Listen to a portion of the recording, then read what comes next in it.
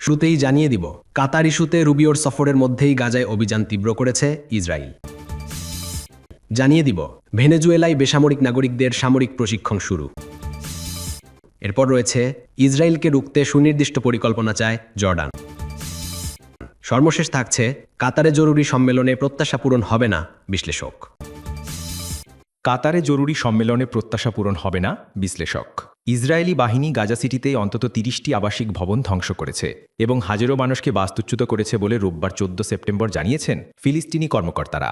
এরই মধ্যে মার্কিন পররাষ্ট্রমন্ত্রী মার্কো রুবিও কাতার ইস্যু নিয়ে আলোচনার জন্য ইসরায়েলে পৌঁছেছেন। ইসরায়েল জানিয়েছে তারা গাজা সিটি সম্পূর্ণ দখলে নেবে। প্রায় ১০ লাখ বাস্তুচ্যুত ফিলিস্তিনি সেখানে আশ্রয় নিয়েছেন। হামাসকে নির্মূল করার ঘোষিত লক্ষ্যের অংশ হিসেবে ইসরায়েল গাজা সিটিকে প্রতিরোধ বাহিনীর শেষ ঘাঁটি আখ্যা দিয়ে আক্রমণ বাড়িয়েছে। গত ৯ সেপ্টেম্বর দোহায় হামাসের রাজনৈতিক নেতৃত্বের উপর ইসরায়েলের বিমান হামলা আন্তর্জাতিক মহলে ব্যাপক নিন্দার জন্ম দেয়। এরই জেরে কাতার সোমবার ১৫ সেপ্টেম্বর জরুরি আরব ইসলামিক সম্মেলন ডেকেছে। মার্কিন পররাষ্ট্রমন্ত্রী রুবিও বলেন, ওয়াশিংটনে আলোচনার মূল বিষয় হবে হামাসের হাতে থাকা ৪৮ জিম্মির মুক্তি, যাদের মধ্যে ২০ জন জীবিত বলে ধারণা করা হচ্ছে, এবং গাজার পুনর্গঠন। তিনি বলেন, যা হয়েছে হয়ে গেছে, এখন ইসরায়েলি নেতৃত্বের সঙ্গে বৈঠক করে ভবিষ্যৎ নিয়ে আলোচনা করব। রোববার ১৪ সেপ্টেম্বর জেরুজালেমে প্রধানমন্ত্রী বেঞ্জামিন নেতানিয়াহুর সঙ্গে ওয়েস্টার্ন ওয়াল প্রার্থনাস্থলে যান রুবিও।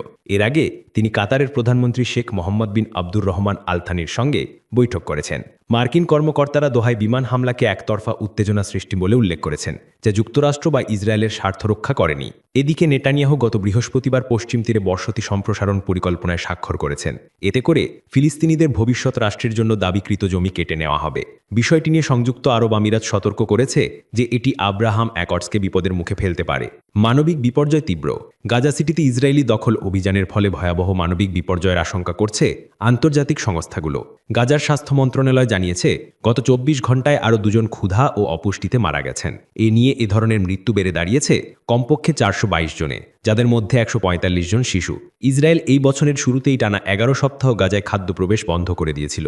জুলাইয়ের শেষ দিক থেকে কিছু সহায়তা ঢুকতে দেওয়া হলেও জাতিসংঘ বলছে তা মোটেও যথেষ্ট নয়। ১৬০০ ভবন ধ্বংস। ইসরায়েলি বাহিনী এর মধ্যে গাজার অন্তত ৪টি পূর্বাঞ্চলীয় এলাকায় অভিযান চালাচ্ছে। অন্তত ৩টি অঞ্চল প্রায় সম্পূর্ণ ধ্বংসস্তূপে পরিণত হয়েছে। সেনারা এখন কেন্দ্র ও পশ্চিমাংশের দিকে অগ্রসর হচ্ছে। হামাসের দাবি, ১১ আগস্ট থেকে এখনও পর্যন্ত ইসরায়েল অন্তত ১৬০০ আবাসিক ভবন ও ১৩,০০০ তাঁবু ধ্বংস করেছে। স্থানীয় কর্মকর্তারা বলছেন, শুধু গত সপ্তাহে গাজা সিটিতে ৫০০রও বেশি স্থানে বিমান হামলা চালানো হয়েছে। রোববার পর্যন্ত ইসরায়েলি হামলায় অন্তত ৪০ জন নিহত হয়েছেন, যাদের মধ্যে ২৮ জন গাজা সিটিতেই। ফিলিস্তিনি কর্তৃপক্ষ জানিয়েছে, প্রায় ২ বছর ধরে চালা ইসরায়েলের গাজা যুদ্ধে এখনও পর্যন্ত প্রায় ৬৫,০০০ মানুষ মারা গেছেন, যাদের বেশিরভাগই নারী ও শিশু। ভেনেজুয়েলায় বেসামরিক নাগরিকদের সামরিক প্রশিক্ষণ শুরু।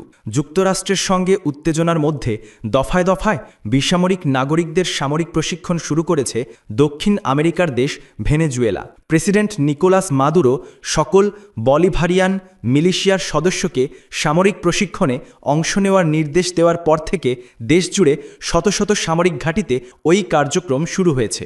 সরকারি ঘোষণা অনুযায়ী অপারেশন ইন্ডিপেন্ডেন্স 200 শিরোনামের এই অভিযানের আওতায় দেশজুড়ে ৩০০রও বেশি সামরিক ঘাঁটিতে সাধারণ মানুষকে প্রশিক্ষণ দেওয়া হবে। প্রশিক্ষণ কেন্দ্রগুলোতে স্থানীয়রা সেনাবাহিনীর ব্যারাকে হাজির হয়ে হাতে কলমে ট্যাঙ্ক ও বিভিন্ন প্রকার অস্ত্র পরিচালনা, যুদ্ধকৌশল এবং সংঘবদ্ধ অভিযানের কৌশল শিখছে।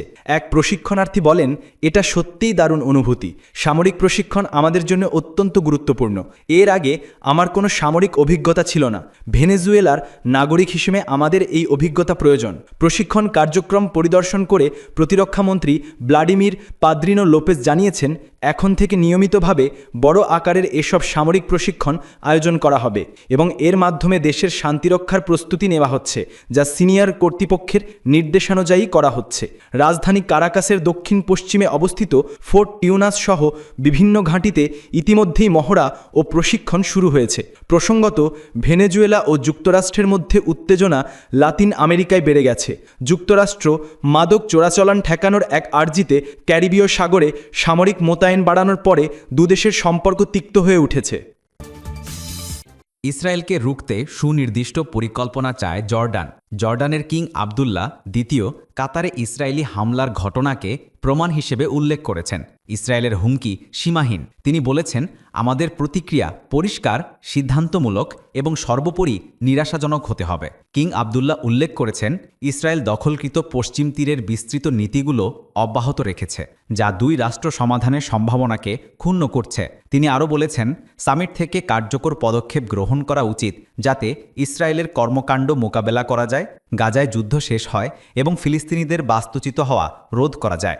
একই অনুষ্ঠানে মিশরের president Abdel Fattah al CC বলেছেন, এই গুরুত্বপূর্ণ সামিট অত্যন্ত সংকটময় সময়ে অনুষ্ঠিত হয়েছে, যখন পুরো অঞ্চলের জন্য গুরুতর চ্যালেঞ্জ বিরাজ করছে। তিনি আরও যোগ করেছেন, ইসরায়েলের হামলা স্পষ্টভাবে দেখাচ্ছে যে তাদের কার্যক্রম কূটনৈতিক ও সামরিক যুক্তির সীমা অতিক্রম করেছে। তারা সকল রেড লাইন পার করেছে।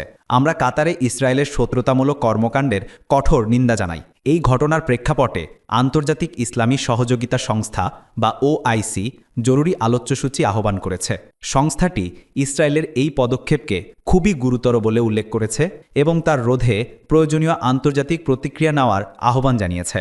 বিশ্লেষকরা মনে করছেন, মধ্যপ্রাচ্যে ইসরায়েলি হামলার এই ঘটনা কাতার ও অঞ্চলের নিরাপত্তা পরিস্থিতিকে আরও উত্তেজনাপূর্ণ করেছে। জর্ডান ও মিশরের কঠোর অবস্থান ইঙ্গিত দিচ্ছে যে আন্তর্জাতিক কূটনীতি ও শান্তি প্রক্রিয়ায় নতুন চ্যালেঞ্জ সৃষ্টি হতে পারে। কাতারের আমির Sheikh Tamim bin Hamad Al Thani রাজধানী দোহায় অনুষ্ঠিত আরব ও ইসলামী দেশের জরুরি শীর্ষ সম্মেলন উদ্বোধন করেছেন। তিনি বলেন, এই জরুরি সম্মেলন অনুষ্ঠিত হচ্ছে হামাস নেতাদের লক্ষ্য করে কাতারে সংঘটিত বৃহৎ আগ্রাসনের পরিপ্রেক্ষিতে। আমির আরও উল্লেখ করেছেন, সাধারণ নাগরিক ও আবাসিক এই হামলার সময় বিস্মিত হয়েছিলেন, কারণ এটি কেবল একটি দেশের সার্বভৌমত্বের প্রতি হুমকিই নয়, আন্তর্জাতিক আইনের স্পষ্ট লঙ্ঘন, বরং এটি ছিল কল্পনাতীত ভয়ন্তর ও কাপুরুষের আগ্রাসন। কাতারে জরুরি সম্মেলনে প্রত্যাশা পূরণ হবে না বিশ্লেষক। কাতারের দোহায় অনুষ্ঠিত জরুরি সম্মেলন থেকে ইসরায়েলের বিরুদ্ধে কার্যকর কোনো পদক্ষেপ নেওয়ার বিষয়ে জনসাধারণের প্রত্যাশা হয়তো পূরণ হবে না বলে মন্তব্য করেছেন দোহা ইনস্টিটিউট অফ গ্র্যাজুয়েট স্টাডিজের মিডিয়া স্টাডিজের অধ্যাপক মোহাম্মদ এল মাসরি। তিনি বলেন, সম্ভাব্য পদক্ষেপগুলোর মধ্যে থাকতে পারে সামরিক জোট গঠন, অর্থনৈতিক নিষেধাজ্ঞা, ইসরায়েলি বিমান চলাচলের জন্য আকাশসীমা বন্ধ করে দেওয়া কিংবা আব্রাহাম অ্যাকর্ড থেকে প্রত্যাহার। তবে সম্মেলনের আগে যে ধরনের প্রত্যাশা তৈরি হয়েছে তা সম্ভবত কিছুটা বেশি হয়ে গেছে। ইলমাসরি বলেন, সম্মেলনে প্রত্যাশার তুলনায় তেমন ফল আসবে না, কারণ এখানে অনেক দেশ রয়েছে, তাদের স্বার্থ ভিন্ন ভিন্ন, আর সবাই এ ধরনের পদক্ষেপে একমত নয়। তিনি আরও বলেন, আব্রাহাম অ্যাকর্ডের মাধ্যমে ইসরায়েলের সঙ্গে সম্পর্ক স্বাভাবিক করা যে সিদ্ধান্ত ভুল ছিল তা এখন পরিষ্কার হওয়া উচিত, কিন্তু তবুও দেশগুলো এই চুক্তি থেকে বেরিয়ে আসবে বলে তিনি খুব একটা আশা করছেন না। আমি মনে করি এটা অসম্ভব, কারণ সংযুক্ত আরব আমিরাত, মরক্কোর মতো দেশগুলো ইসরায়েলের সঙ্গে তাদের সম্পর্ককে মূল্যবান মনে করে।